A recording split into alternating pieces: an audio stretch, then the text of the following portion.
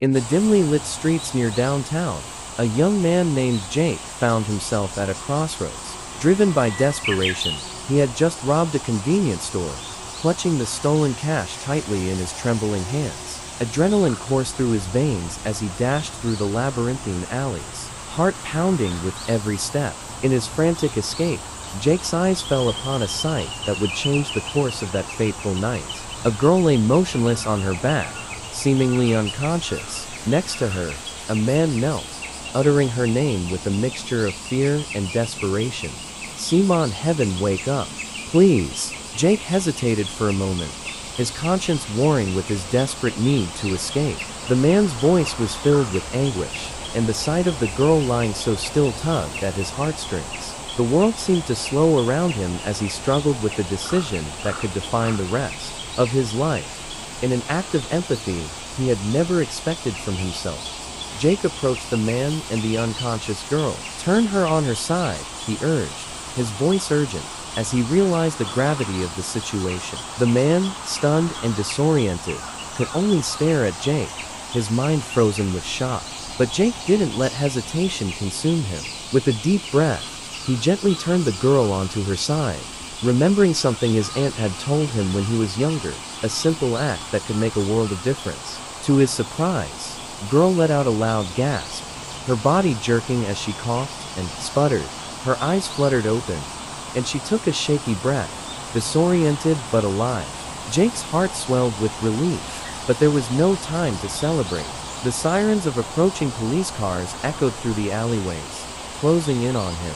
"You have to call the ambulance," Jake said to the man, his voice tinged with urgency. The man snapped out of his daze, pulling out his phone to make the call. As the sirens grew louder, Jake's mind raced with the knowledge that he couldn't stay. With a final glance at the girl who had been pulled back from the brink, he turned and started running again, the stolen money forgotten in the face of a newfound purpose. The police were hit on his trail, mere seconds behind him. Jake's breath came in ragged gasps as he darted through the maze of streets, weaving through crowds and evading capture with surprising agility. But the inevitable was upon him, and within moments, he found himself surrounded by law enforcement officers, their guns aimed at him. With his hands raised, he surrendered.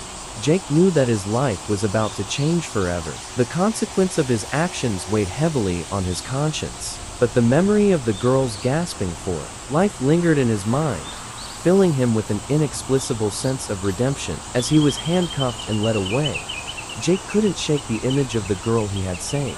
He knew he had committed a crime, but he had also saved a life, and that realization ignited a flicker of hope within him, a belief that even in his darkest moments, he had the capacity for good. Days later, as Jake awaited his court hearing, he discovered that the girl he had saved was named Heaven. Her family had reached out to him, expressing their gratitude for his quick thinking and selflessness. Their words of appreciation moves him deeply, and he felt an overwhelming desire to turn his life around, to make amends for the wrongs he had committed. At the court hearing, the judge listened intently as the man recounted the events of that night, emphasizing how Jake had put aside his own escape to help a stranger in need.